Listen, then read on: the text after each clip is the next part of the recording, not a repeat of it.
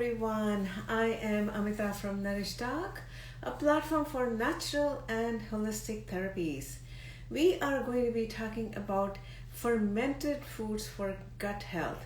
We have been talking about gut health for a long time now, but gut health, as we all know, is the gut to brain axis a connection. But today we want to particularly talk about fermented food. Hi, hello Deepti. How are Hi you? Anita, how are you? Thanks, I'm good. How are you? Good, good, good. So joining me is Deepti Sehgal. She is an internationally certified macrobiotic nutritionist and alkaline health coach. Maybe you can tell us a little bit about yourself because I won't do the justice of introducing yourself and telling everything that you've Sure. done. Yeah. Okay, so hello everyone. I am Deepti Sehgal and I am an internationally certified macrobiotic nutritionist, also an alkaline pH balance health coach. Apart from that, I am also a master's degree holder in yoga and science of living, and now I'm studying Ayurveda. I am also an author and a founder of a brand by the name Swarasya. So the whole idea is I'm just trying to understand health from all perspectives, from the modern perspective, how science looks at your health, and how ancient sciences have always looked at health from energetic perspective, from the perspective of going beyond the physical, trying to understand the subtle. So that's where I try to bridge the gap between health at the physical level and at the mind level. And fermented foods have a lot to play a role. We will be talking of it in the session once we go ahead. That's great. That's great. So now you are studying Ayurveda. Wow. Are you going to, that's amazing. So are you going to be an Ayurvedic doctor or is that? Uh, no, that's not my intention at all because Ayurveda doctor, the entire study is like 7-year-old study. I don't think I can spare that much of a time. The whole Okay. idea is I'm doing a certification program in Yeah. Ayurveda lifestyle as an Ayurveda lifestyle Yeah. practitioner. So it's nothing to do with medicine. It's more to do with Like, incorporating the lifestyle practices that Ayurveda recommends by also understanding the physiology and the psychology of the body. So the Ayurveda has a different way of understanding the physiology and psychology of a human person. And these two are very closely connected. Once you start to understand that, then you start to kind of differentiate each person in a specific category. yeah. That's kind of a person type. And then when you start applying foods and yogic practices and various other lifestyle practices to your unique self, that's where the healing starts to happen at a very deep rooted level. So that's Correct. the whole idea. Correct, correct, correct. All right, so so we are going to be talking about gut health. Gut health is Mm-hmm. very important. We are emphasizing so much on gut health in our Insta live videos, and Right. particularly today on fermented foods. So let's start with, what are fermented foods and then why are they good for our gut health, right? Okay. So I'll just try to talk of this from the very beginning, how it started. I'll try to keep it in a very layman language. So Yes. yeah, okay. So the history of fermented foods is nothing new. It's there for last many years. It's just that the focus of the medicine world has now started shifting back to fermented foods. The history goes back to the evolutionary phase of China, and specifically their staple food, fermented food, which is sauerkraut, has a history of about 2,000 years old back. It started as a way of preserving foods. So if Yeah. we try to go back, say 2,000 years back, there was no evolution. We did not Yeah. have refrigerators, but the seasons used to change the way they change right now. There used to be summers, there used to be winters. And these ancient people did not had much avenues to preserve their foods, but they had to because in certain seasons, certain foods were not available. That's how fermentation just happened by chance to those people. And Yeah. if we look at the history of Japan and China, we know Japanese and Chinese people change hardly age, right? Yeah. So there have been a lot of studies and researches being done on this population, and Yeah. one of the factors that came out is their huge consumption of fermented foods, not by choice but by chance, because it's Yeah. in their history. Yeah. It's a part of their culture. Correct. Correct. So that's how fermentation started it originally. Hmm. It's only a few years back that the medicine world started to have its focus on such foods. Specifically, the most medicinal one, if I would have to pick out, and the common one, it's sauerkraut, which is so sauerkraut typically means sour cabbage. Okay. So it's not Uh, kimchi though, right? It's not kimchi. Is kimchi is different. Sauerkraut, kimchi is different. So the process, so the ingredients of kimchi vary. The process is the same, but sauerkraut is only cabbage, fermented cabbage. That's it. Okay. Okay. And cabbage is kimchi. Kimchi is a combination of different vegetables coming together and then fermented in certain way. So it's more to do with different flavors, adding certain other vegetables and coming out with kimchi. Okay. So that's how it all started from the perspective of why fermented foods. How does it make a difference? What fermentation does? When we cook foods on the flame, what are we doing? We are pre-digesting foods, right? Yeah. We are making it ready for our digestive system so that the system doesn't have to take too much of a load for the foods to get digested. Yeah. Now, when we cook foods on the flame, what happens is a lot of nutrition tends to get killed. Yeah. Right? What goes in? Yes. Some part of it, certain nutrients which can bear heat will retain. Some nutrients that cannot bear heat will not be sustained. Something like vitamin C. You cook vitamin C, it doesn't sustain after it's the flame. Yeah. You cook foods on the flame. Now, fermented foods is another way of cooking foods, but a different approach. It's about pre-digesting foods, whether it be on the flame or through fermentation. Okay. But when we are cooking on the flame, the fire is doing all the job. When we are fermenting foods, bacteria is doing all the job. I see. And when fermentation happens, a lot of nutrients, unlike how it happens when you do it on the flame, the nutrients get killed. As a part of fermentation, a lot of nutrients get created as a part of it. Why? Because let's try to understand how life operates. We human beings or animals or bacteria or any kind of life form has a life cycle. Now, this life cycle is about consuming foods. It's about processing foods, digesting foods, assimilating foods, and there is certain leftover which has to be out, which human beings pass out in the form of urine and feces. So if we look at bacteria, even if it is a very tiny little organism, it is still a life form. And this bacteria also goes through these processes of different stages of life. So it consumes certain foods, it digests, processes, and leaves its leftover. Now, the good part is the leftover that these bacteria leave back are super nutrients for human beings. I see. Okay. So something like vitamin B12, it develops amazingly in fermented foods. And of course, if I specifically talk of Indian population, we lack B12 badly. I mean, we need it in our diet. Fermented foods is a great source. Apart from that, depending upon what vegetable or what raw source you choose to ferment, say for example, you choose to ferment milk, or you choose to ferment vegetables, or you choose to ferment, say, soy products. These raw resources are coming with their own specific kind of a nutrition, like cabbage is coming with a lot of vitamin C. Then milk is coming with a lot of calcium. What happens is when the fermentation process happens, their own specific nutrient properties get enhanced than being killed. I see. And that's where it becomes a superfood for our body. Wow. I don't think many people know about so much qualities of the fermented foods, in the sense it's becoming popular. Like most of the time we'll go and we'll pick up the probiotics, from the store and have the active, right? That's what, right. At least in the, what I have seen here in US, the fermentation is more like more Chinese, like kimchi and things like that. So fermentation can be done on any kind of food. It's basically, in a very layman language, if I have to talk about it, it's basically in a layman language, it's rotting of food. Something is rotting. But so that rotting happens to every life form. It happens to human beings also, right? Once if we leave a dead body aside, it starts to ferment, and that rotting starts to happen.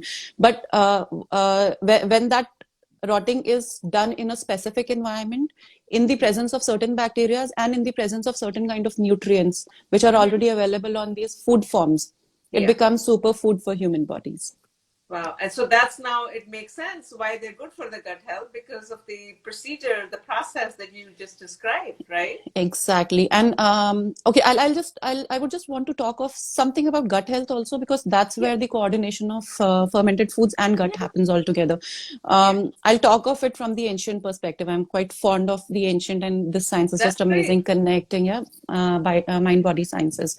So let's look at Ayurveda. How Ayurveda looks at your gut health is, it talks of Agni, which is Yeah. the flame. Like we cook foods on the flame. Similarly, that Yeah. similar kind of analogy is used within our body to burn foods, because energy can only be driven after you burn something out. You Mhm. can derive energy when you burn something. So within the human bodies or in any kind of life form, Yeah. when you burn out the raw material, it extracts the energy out of it, and that becomes the essence or the raw material for your body to derive the energy out of it. Mhm. Mhm. Now, the this machinery, you call it, or this part of the body, you call it, has to be really working at its optimal level, so that whatever raw material goes in, the body is able to kind of extract whatever nutrients it is getting from specific kind of resources, Mhm. and that kind of energy gets passed on to your cells, and that's where the magic happens, where the energy gets generated. Yeah. In most of the common scenarios today, what is happening is we are very focused on consuming best quality foods, best forms of foods, be it raw diet or living foods diet or fermented foods or uh, juices, salads, you name anything. What the missing link that goes here is, what kind of digestive health are you carrying? I mean, Mhm. it's just the raw material going in. Is the machinery that has to process that raw material in its Yeah. best order, best working order? Because that's where what is going in, the essences of it will be pulled out of those raw material and passed on to the cell. So in between what lies is your digestive system. So Mhm. Ayurveda had a very special focus on digestive system, saying that about 96% of your diseases can be averted if your digestion is working well. So when I was Yeah. studying macrobiotics, one of my instructor, kind of created a lot of awareness. He used to tell us, if you're consuming the bestest of foods, best superfoods with much nutrition and best nutrition that you can think of, but your digestion is not optimal, it's not working fine, that best food becomes poison for your body. And if you're consuming junk food, but that machinery has a lot of power to process even that junk food, that Mhm. food will not be poison for you. So the entire philosophy changes. It's not about Mhm. foods, it's about extracting that food through Yeah. the digestion process and keeping that digestion up. That's where fermented foods get back into Uh, play, because they work in a specific pattern to push out the dirt out of the body, the toxicity out of the body. That's the very mhm. first stage where our organs start to get start to function improperly. And Yeah. that's where, even if you're consuming the bestest of things, the things do not get digested well. If I have to talk of it from the yogic perspective, they look at your digestion area, the midsection area, in the form of chakras. So, this Manipur chakra, which is responsible for igniting your Agni, and it's not just a connection with your physical self; it's a Mhm. connection with your emotional self, all kind of emotions. So we say we must have the power to digest emotions to be able to live through any kind of circumstances that we face through. Mhm. What does Mhm. that mean? It Yeah. means your digestive system, when it digests foods and it's in its optimal working condition, the kind of Mhm. essences that it creates are also being passed on to your mind as energy, and that's where your mind has that kind of an energy to kind of perceive things in its right form.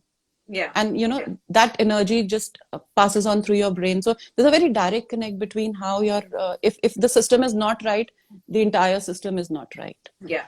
Yeah. That impact is just going on everywhere. So No, that's how it I is. think that's rightly said. I mean, there's a lot of science that's already proved the gut Right, and the brain connection, right? We all know about that. So right. let's say so it's great that you talk about importance of fermented foods. So how do we do the fermentation? Like you just put like let's say beetroot, for example, or Hmm. some simple food, right? Ginger or beetroot. So you put it out there and you put what, vinegar, and that's it, or No, something no. else? Okay. Okay. So fermentation happens on its own. We know that. How it Yeah. happens is the kind of source that you pick up. Say, for example, you pick up a cabbage or a beetroot or a carrot or Yeah. even radish, whatever. So the first thing is anything can be fermented. Okay, Yeah. but the time period, the kind of fermentation, and the kind of bacteria that gets produced on specific kinds of foods is going to be different. And Okay. that's why they say you should be consuming a variety of fermented foods. Why? I see. Because the goodness of bacteria is going in, but our gut is host to lakhs of different kinds of bacteria. So the most common ones being lactobacillus and bifidobacterium, something like that. So Yeah. these are the two common ones, Yeah. which will take care of the ecology of our gut system to quite an extent. But these don't work in isolation. These work in coordination with a lot of other microorganisms coming together and doing small little functions, releasing their own extracts, which become super nutrition for our body. So coming back to how we can prepare these, whatever vegetable you choose to do it, Yeah. the time period is going to be different. Temperature is going to make a lot of difference. I see. Like when I started doing it, I can share some of my experiences. I had to throw away lots, big lots of, I don't know how many kgs of vegetables. I just had to throw it out because it was very difficult, and it's a very intuitive process. It's so last time when your sauerkraut may have been done in say 5 days, uh, during weather change, maybe you get into summer season and it's ready for in 3 days. Or when you I get in winter time, it may take about say 7 to 8 or 9 days, yeah. depending what kind of warmth does it get, what kind of environment does it get to grow. So this bacteria is very it kind of coincides with your intuitiveness. Bacteria is intuitive, and if you develop that intuitiveness, you create a relationship. And for me to create that relationship actually took a lot of time, for about at least 6 to 8 months. By the time I started to understand, okay, cabbage, it might take 3 days when I'm doing it in summers, when I Yeah. keeping it covered, when I keeping it in the dark, Yeah. covered with a dark cloth, or maybe under a dark, in a dark place, but where there is some kind of heat penetrating in, and your Yeah. bottom surface should not be cold. So something like a wooden base, Yeah. kind of which doesn't take in a lot of coldness into that specific vessel where you're creating your fermented foods. So your environment makes a lot of difference. How you go about it, you can shred the cabbage or beetroot. You can do it in any form. Maybe you can Yeah. do the slices or grate it, or whatever form you like it. And then the idea is to you must be, if you have to do it really the right way, just squeeze these vegetables and try to extract as much water you can out of these vegetables. I So see. the surface of these vegetables are coated with these bacteria. Already the bacteria is there. The lactic Yeah. acid bacteria is there.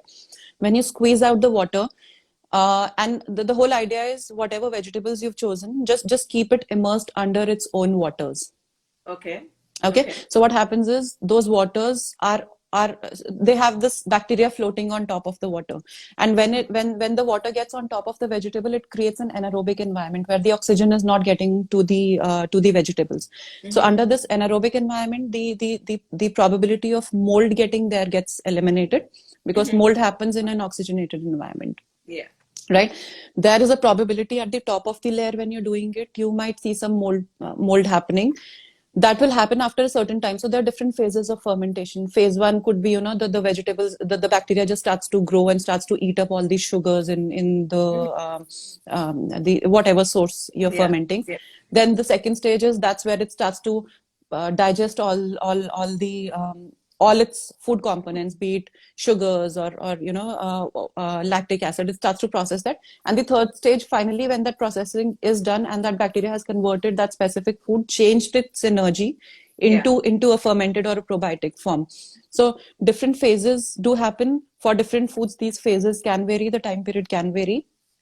The only thing, how you can develop your intuitiveness while doing it, is be very vigilant. Like when I started doing it, I used to see my ferments every single day. So as soon Okay. as you start to see that small little top of that cloudy layer starting to happen, it's time for you to just kind of throw out that top layer. If you think you want to be little more cautious about it, you can even pick out the vegetables and just wash it underwater to remove any kind of mold remains or molecules, if at all. Yeah.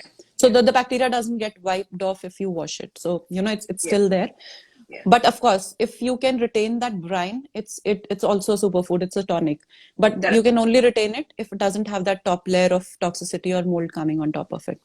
So do you have to consume it after 3 days? Is that what I'm understanding? Like, once, let's say the cabbage gets fermented, it takes 3 days, you're talking about it, or beetroot Three to takes five seven days. days, depending what weather Yeah, are you doing and what environment, what temperature it has. yeah. But you have to consume it within a certain time after that, or you can Uh, preserve it for some time. okay, so the amount of good bacteria in that specific vegetable that's getting fermented, Hmm. uh, it's at its peak after a certain while. So it's at its peak, say, in 4 to 5 days. Within four to I five days, see. I see. considering the temperature is normal. So what do we call normal? Which is a little warm temperature. So that's where the Hmm. bacteria is at Hmm. its peak and working, really well when Hmm. it comes across that warm kind of a temperature. So supposedly you're doing your ferments in winters. Now Yeah. winters it's really hard time. You have to find out the right environment to create those ferments. What I used to do it is I used to kind of switch on my microwave for a certain time, create that warm environment, and then the freshly done ferment, I used to keep it in that environment so that at least it gets some warm environment to Yeah. start fermenting. Okay. Yeah. So, but anywhere between say 5 to 7 days, 4 to 7 days is a good time. In summers, it's going to happen early. In winters, Yeah. it's going to take a little more time. And then 4 to 5 days, you after 4 to 5 days, you can start consuming it. But if you're making a bigger lot, just store it in a glass jar and keep it refrigerated. Got it. Now, Got it. cold environments slows down the fermentation. It will not Yeah. stop it, but it will slow down. And this is Yeah. what is happening while we are making it also. Because if we are making it in winters, why it is taking time? Because the fermentation process has slowed down. Yeah. So the peak bacteria is going to be there in its initial phases.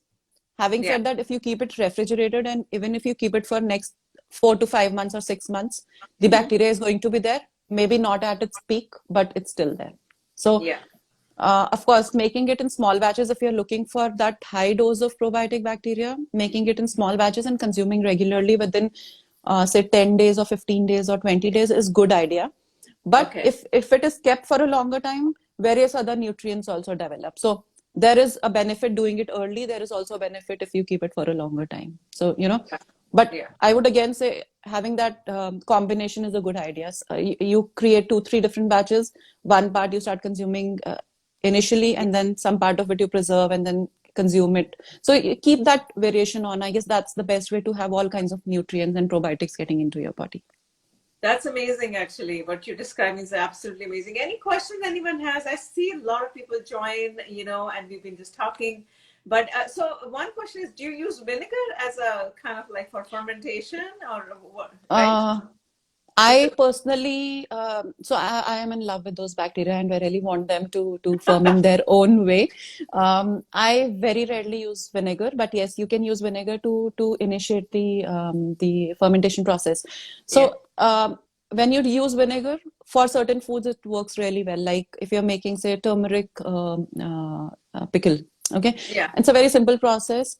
Maybe in a small jar, you can just have some slices of turmeric yeah. just if if that turmeric has that much of a juice that you can immerse the turmeric in its own juice is good, or you can just slice it and top Mhm. it with a layer of water or only vinegar. Even vinegar is okay, or you can do a mix of water and vinegar.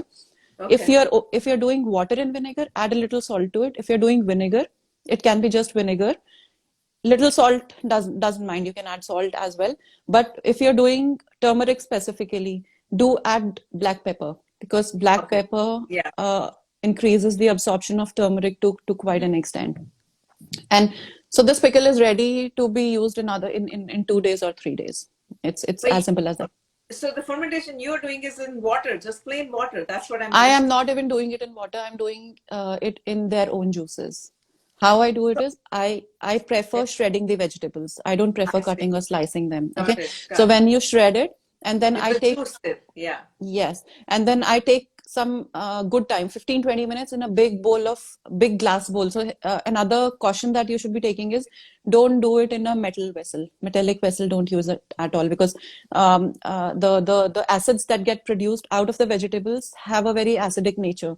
So Hmm. and these metals do kind of get leach out when they come in contact with acids. So we have to use a neutral vessel. It could be a wooden vessel or it could be a glass vessel. I personally prefer a big glass bowl, and then I shred the vegetables, add salt to it, leave it for about say 10 to 15 minutes so that it starts releasing its own waters, and then spending another 10 minutes just squeezing out water out of it, and just making sure that the vegetables have all the water out. By the time you do that, you realize that those vegetables have so much of a water that we do not even realize when we consume them. So it becomes this much that you can at least immerse those vegetables under its own juices. But in case the water gets less, because during different seasons the water content in vegetables could be less, in that case you can add a little water to kind of make sure the vegetables are under the water and not floating on top of it. Got it. And so it needs a little weight also. So the traditional process, how they used to do it is, they used to take a big vessel, shred vegetables, add salt to it, squeeze out the juices, and then keep a layer of another plate or something. So keeping some heavy stuff on top of it, so that with the weight the water keeps coming up. The vegetables keep releasing their own waters. So that's again a traditional process. I started with this rather. I mean, it was a lot of hit and trial that I did initially. I wasn't aware of now the vessels are available and you can buy these jars which help you help with the fermentation. So I started traditionally by adding on weight on top of the vessel and then making it. But that's my personal experience. When you do it the traditional way by adding a lot of weight, I see the taste differences there. It's much more tangy. It's much more, you feel that aliveness in that traditional process as compared to what you do in the modern process, which is a quicker process. Got it. And so that's how you go about it. But the whole idea is any form you choose, the bottom line is the vegetables should be immersed underwater. It could be water, it could be vegetables' own water, or it could be vinegar. Any one of those. So that's your choice what you want to go ahead with. No, I think I'm definitely going to try this fermentation. We all end up going and buying to the supermarket. Exactly. And buying fermented foods, and they're not healthy. They put all kind of preservatives. Exactly. Right. That's exactly. the problem. Yeah. That's one. Secondly, another problem is you don't know. They are on the shelf since how long? Yes. So you do not get the benefit of that peak bacteria, which happens initially during 4 to 5 or initial 10 days. Yes. No, it makes sense. And it's so helpful. I mean, that's what we are talking about, is how fermentation helps the gut bacteria that is inside our gut. Right. Exactly. So it's not just about gut, I would say. If I have to connect with how the researchers are getting deeper into how these fermented foods are impacting the psychology also, like people with low moods or experiencing some bouts of depression or some kind of emotional issues. There's a lot to do with these good bacteria that gets into your gut and starts to bring about these chemical changes, because we know our psychology is all chemical. Okay. Yeah. If we feel good, at the bottom of it, there is some hormone working to make us feel good. Yes. Right. Now, these hormones, specifically serotonin and dopamine, which are the feel good hormones, which will give you a sense of feel good, something like what you release when you do an exercise or when you have this feeling of achieving something. So these different feel good kind of emotions, specifically for dopamine and serotonin, are produced in your gut. So how the psychology goes is, you consume good foods, any kind of good food, and considering that your the processing unit, which is your digestive system, is working at its peak capacity. Okay, when will it work at its peak capacity? When it doesn't have any dirt accumulated around around the organs, when the gut is full of these good gut flora, which helps us digest the foods. When our pancreas are releasing enough enzymes for specific kinds of foods to be digested. So the whole idea is the system at the very first level of digestion has to be very clean from inside. Okay. That first level of cleanliness is then passed on to the further levels of digestion. And that chain keeps happening. If that cleanliness happens at initial stage, that cleanliness also gets passed on to the other levels, other channels of digestion, be it at the level of absorption or at the level of elimination or even at the level of elimination. So considering foods are good, digestion is good, and your gut system is full of good gut bacteria. Now, this scenario is ideal where the system functioning or the organ functioning is at its peak level, and it is producing all those good hormones and the feel good hormones. And Yeah. then there's something called, we call it, gut feeling, or second brain in our gut. What is it? So we have a set of nerves which are also collectively called enteric nervous system, which is also called our second brain. Now this enteric nervous system is located in the gut, and this is the connection between your gut and brain. So whatever signals, whatever, rather, not just even the imbalances at the physical level, but also what you're feeling through your feelings. So for example, uh, you're feeling very unloved, or you have this feeling of insecurity. It is directly getting onto your gut, being Yeah. digested and processed in a way, and then a signal being And then, passed on to your brain telling yeah. that, okay, this is what I'm feeling. So if that system is optimal, has the power to perceive or analyze, okay, this is the feeling, and this is the kind of hormone that should be released to kind of bring this person to balance. So the more Yeah. disturbed your system, the more disturbed your hormones, the more disturbed your hormones. Yeah. Neurotransmitters, these are also specific kind of hormones, right? So neurotransmitters being produced and passing on signals to your brain telling them this person is not right. Cells are communicating that we are not well.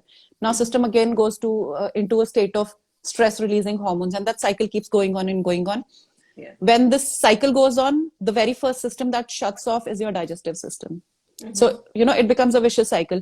Your food's not right, your thoughts not right, passing on signals to your gut getting disturbed because it's producing those stress hormones. Yeah. These stress hormones again sending back signal to the brain, everything is not right. Now brain again sending back signal, okay, everything is not right, produce more stress hormones. In that cycle, the digestion will shut off. So Yeah. Yeah. you have It's to all kind of, interrelated. It's all all interrelated. Yeah. Yeah. But the beauty of this is, whatever part of your body you choose to start your healing of your Yeah. body. You start your mind with your mind, or you start with your foods. Yeah. It will have a two-sided effect. So Yeah. when we start with good foods, we start focusing on improving upon digestion, and we start refilling our gut with good gut bacteria. Okay, Yeah. Yeah. the energies that get produced are the energies being passed on to your brain. So automatically you see Correct. some changes happening at your mood Yeah. and mood levels and your mind level. Yeah. Or if you choose the path of meditation or yogic path, you do not change anything in your physical health. But of course, assuming that you are on at least some part of stable diet, some part of normal Yeah. diet, Yeah. which is not causing you much harm. And then you start off with meditative practices, bringing your nervous system into balance, balancing your sympathetic nervous system and parasympathetic nervous system. Now what these will do is, these will again control your hormones. The stress hormones will get controlled. As soon as the stress hormones get controlled, your body gets at ease, your digestion starts to get up. So even if you're consuming not very good foods, I would not say Yeah. junk food or processed food, but not very good foods, not defined optimally as per the right standards, will still be digested well. Why? Because digestion is at ease. Yeah. So you pick up the root of the body or the mind. This at the center lies your Yeah. digestive system. Yeah. Yeah. It's very If you important. if you focus on both the areas, you pick up meditation or yogic practices, or some activity that soothes your mind. Alongside, you start improving upon your diet, focusing on digestion, and filling your gut with good gut bacteria, which also is responsible for adds on to creating these neurotransmitters, which pass on Yeah. the signals of feel good factor. Yeah. So then you're targeting the problem from both the sides. That's amazing. That's amazing. And I think all of us will live for 100 years. Yeah, If we follow sure. this practice. Exactly. And it's a beautiful No, science. I mean, I'm serious. I'm not a joke. Yeah. You know what I'm saying? Like, at least a healthy life. Yes, A healthy exactly. life. So this is what, like, if you look at the Japanese population, okay, Yeah. I will not talk of it from today's perspective, of course, because a lot of industrialization has happened, Yeah. technology has grown. So that ancient connect of, rather for the Indians also, we've lost that connect of what Ayurveda always used to talk about, or Japanese modality or Chinese modality, traditional Chinese medicine, which is a powerful way of Yeah. lifestyle way of understanding your own body. These sciences always focused on a specific way of life, starting from your mind and brain. Yes. Pick up some activity, or live your routine in a way that keeps you at peace or gives you happiness. So I'll just try to give the example from the youngsters' perspective also, because we come across a lot of youngsters now at very initial stages getting into this problems like irritable bowel syndrome or emotional issues or mood fluctuations. Starts Wow. with that, and great, after a certain while starts reaching a certain stage which someday manifests into some bigger disease. Yeah, yeah. So let's try to connect it with the environment. In a lot of cases, rather across the world, there's a lot of pressure around education, around, there's a lot of competition. We are competing with others. We are not looking into our own selves. How is my body growing or progressing to be able to deal with that competition? So it's just the outward view of how we look at everything. Now, this kind of stress or competition, or even the fight to just compete with your peers. Somebody has an iPhone, even I want it, and then you keep have that reel going on inside your mind. So any kind of stressor that gets into your mind at the very first place will disturb the balance between the sympathetic nervous system and parasympathetic nervous system. Which means when sympathetic nervous system goes up, the stress response goes up, the stress hormones go up. Stress hormone, as they go up, as a part of their process to a survival process, it's a stress mechanism to keep us surviving. So the body is trying to do good to us only. It's trying to make us survive during the stress times. It is shutting down certain processes which are not considered very important for survival for the body. So for example, you've just had your meal. The body says, okay, there's some kind of a danger. For body, stress is a danger. It could be any kind of stress. Even if you see a lion standing in front of you, or you have to give a speech out there on a stage, some kind of stress starts to build up, right? So the body cannot differentiate between what kind of stress it is. Stress for the body is stress. Okay, that's the signal that passes on to the mind. It creates signals to tell your adrenals to produce certain hormones that will redirect or pass on the signals to those parts of the body which need to shut down, because we need energy to redirect energy to the cells so that they can produce more energy and bring us back to our own survival stage. As a part of it, the system that is not considered important by the body is your digestive system. So as soon as that stress response goes up, automatically the digestion will slow down. Okay. Yeah. Now, for a lot of youngsters, they are not on the right kind of a diet. They are on a lot of sugars, a lot of processed foods, a lot of refined kind of stuff, and their emotions are upside down because of all these stressors. It could be studies, it could be peer competition, it could be any kind of competition. Diet not right, emotions not right, directly impacting that shut down digestive system. If the digestion is shut down, those feel good hormones do not have are kind of blocked.